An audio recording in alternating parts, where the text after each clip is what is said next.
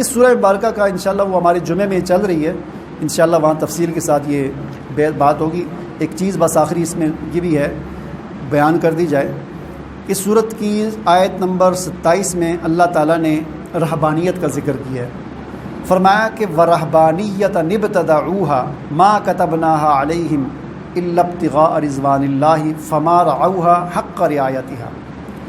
اللہ تعالیٰ فرماتے ہیں کہ یہ جو پہلے مسلمان جو تھے بنی اسرائیل والے، عیسیٰ علیہ السلام کے بعد ظاہر ہے وہ بھی مسلمان ہی شمار ہوتے تھے نا، انہوں نے جو رہبانیت اختیار کی تھی، فرمایا کہ وہ رہبانیت اللہ تعالیٰ فرماتے ہیں ہم نے ان کو نہیں کہا تھا کہ یہ رہبانیت کے راستے پر چلو، بلکہ انہوں نے اپنے اوپر یہ خود لازم کر دی تھی، خود اختیار کی تھی، اور پھر اختیار کرنے کے بعد اس کا دھیان، اس کا خیال بھی، اس کی رعایت بھی نہیں رکھ سکی۔ رہبانیت ہے کیا؟ رہبانیت یہ ہے کہ گھر بار چھوڑ کر کسی دور دراز جگہ پہ چلے جانا، کسی جنگل میں، کسی غار میں، کسی جگہ پر چلے جانا، تنہائی پسند ہو کر محض اللہ تعالیٰ کی عبادت کرنا۔ حضرت عیسیٰ علیہ السلام کے بعد تقریباً 100-150 سال تک تو معاملہ ٹھیک چلتا رہا۔ اس کے بعد کہ پھر جو مسیحیت تھی، ان کے جو علماء تھے، آہستہ آہستہ انہوں نے رہبانیت اختیار کرنا شروع کر دی، یعنی معاشرے کے اندر جو خرابیاں اور برائیاں تھیں ان کا مقابلہ کرنے کے بجائے ان سے کٹ کر علیحدہ رہنے کی شروع کر دیا، اور پھر یہ اس رہبانیت کے اندر اتنا آگے چلے گئے کہ پھر اس کے اندر بدعات انہوں نے ایجاد کر دی، اور اتنے یعنی غلط طریقے اور غلط راستے اور غلط عقائد و نظریات اختیار کر دیے کہ وہ پھر آج ایک افسانہ ہی بن گیا اور ایک تاریخ کا نشان ہی بن کے رہ گئی ہے وہ رہبانیت۔ چند ایک چیزیں میں آپ کو بتا دیتا ہوں کہ کس قسم کی رہبانیت تھی اور کس قسم کی یہ چیزیں جو ہے وہ لوگوں نے اختیار کی تھیں۔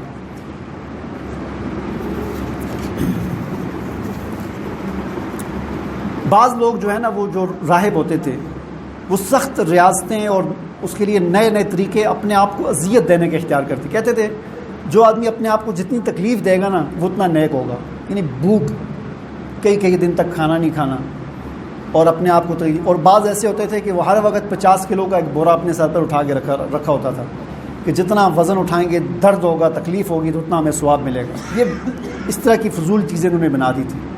اسی طرح ایک اور یہ مسیحیوں کا ایک عالم تھا، وہ ہر وقت 80 پاؤنڈ کا وزن اٹھا کر رکھتا تھا، اور اسی طرح 6 مہینے تک دلدل میں وہ سویا رہا، 6 مہینے تک، اور مکھیاں اس کے جسم جو ہے وہ کھاتی تھیں اور ان کو بھی نہیں اڑاتا تھا، کہتا تھا کھانے دو ان کو۔ اسی طرح ایک اور تھا، وہ کنویں میں 3 سال تک اس نے کنویں کے اندر رہا، چیلا کاٹا اس نے۔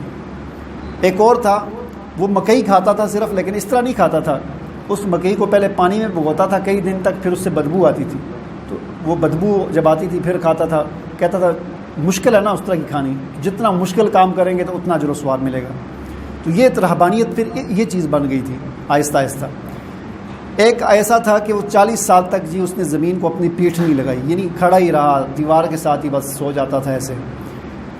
اور ایک اور تھا، وہ ہمیشہ وہ چٹان پر رہتا تھا۔ ایک اور راہب تھا، اس نے 40 دن کا فاقہ کیا اور روزہ رکھا۔ اور ایک اور تھا، اس نے ایک مینار بنایا اور اس مینارے کی چوٹی پر صرف 3 فٹ جگہ تھی، اور اس 3 فٹ جگہ پر 30 سال تک وہ بیٹھا رہا، بارشیں اس کے اوپر، آندھی اس کے اوپر، دھوپ اس کے اوپر، ادھر ہی بیٹھا تھا۔ بس اس کی شاگرد ایسی سیڑھی لگا کے اس کو کھانا دے دیتے تھے، ادھر ہی کھاتا تھا۔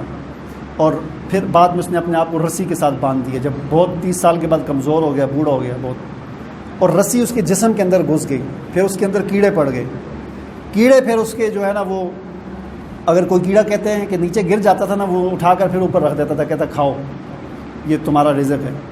تو یہ اس قسم کی اور بہت ساری چیزیں۔ پھر بعد میں انہوں نے شادیاں کرنا چھوڑ دیں، یہاں تک کہ پھر شادیوں پہ پابندی لگا دی۔ مسیحیوں کی جو عبادت خانے ہوتے تھے ان کے اندر پھر جو راہب اور راہبائیں ہوتی تھیں ان کی شادیوں پہ پابندی لگا دی۔ تو یہ فطرت کے خلاف کام تھا۔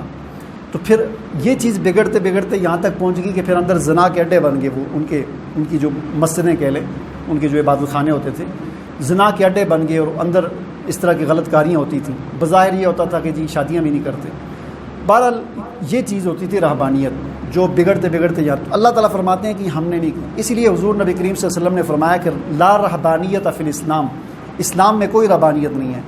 اسلام میں جو آدمی راہب بننا چاہتا ہے وہ جہاد کرے اللہ کے راستے میں. اسلام کی رہبانیت جہاد ہے، اپنی جان اور مال کی قربانی لگانا. تو مسلمان کو حکم یہ ہے کہ وہ معاشرے کے اندر رہتے ہوئے، برائیوں کے اندر رہتے ہوئے ڈٹ کر ان کا مقابلہ کرے، ان کو روکنے کی کوشش کرے اور دین کی تبلیغ کرے. دعا کریں اللہ تعالیٰ ہمیں عمل کرنے کی توفیق عطا فرمائے.